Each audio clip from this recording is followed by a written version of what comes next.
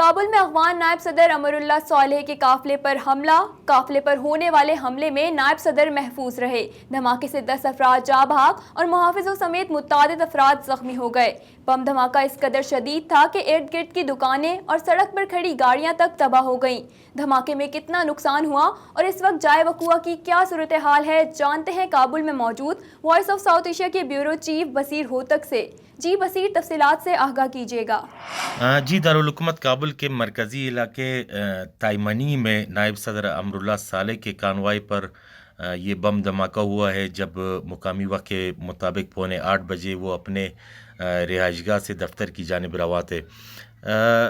اطلاعات کے مطابق اس دھماکے سے اب تک 10 افراد کے جان بحق اور 20 سے زائد کے دیگر زخمی ہونے کی اطلاعات ہیں، جنہیں زخمیوں کو طبی امداد کے لیے شہر کے قریبی اسپتال منتقل کر دیے گئے ہیں۔ صحت عامہ کے منتظمین کے مطابق زخمی اور جان بحق ہونے والے افراد کی تعداد میں اضافے کا خدشہ بھی پایا جاتا ہے۔ کابل پولیس کے مطابق مذکورہ مقام پر 3 دھماکوں کی صدائیں سنی جا چکی ہیں اور پولیس دھماکوں کی نوعیت کے بارے میں معلومات اکٹھی کر رہی ہیں۔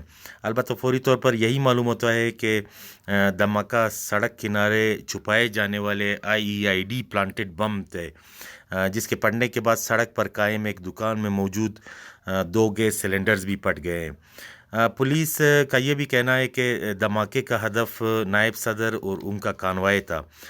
اب تک کی معلومات کے مطابق بم حملے کے موقع پر نائب صدر امراللہ صالح کے 3 ذاتی گارڈز اور ان کا صاحبزادہ بھی سرسری طور پر زخمی ہو چکے ہیں۔ البتہ پولیس کے مطابق واقعے میں جان بحق اور زخمی ہونے والے اکثریتی افراد عام شہری اور راگیر ہیں۔ یہ بھی بتاتے چلیں کہ اب تک کسی بھی گروپ یا تنظیم کی جانب سے اس واقعے کی ذمہ داری قبول نہیں کی گئی ہے۔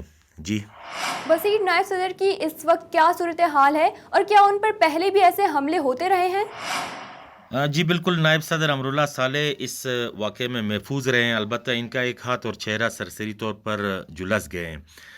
امراللہ صالح پر اس سے قبل بھی گزشتہ سال جولائی کے مہینے میں صدارتی الیکشن کمپائن کے دوران ایک قاتلانہ حملہ کیا گیا تھا، تاہم خوش قسمتی سے وہ اس حملے میں محفوظ رہے۔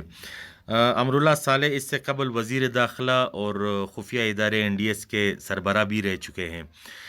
حملے کے کچھ ہی دیر بعد انہوں نے ایک ویڈیو ٹیپ جاری کی ہے، جس میں انہوں نے عوام کو اپنی بہتر صحت کے بارے میں توضیحات دیتے ہوئے بتایا ہے کہ وہ اپنے مقصد کے حصول تک اپنا جدوجہد جاری رکھیں گے۔ جی بہت شکریہ بصیر ہوتک، ہمیں تفصیلات سے آگاہ کرنے کے لیے۔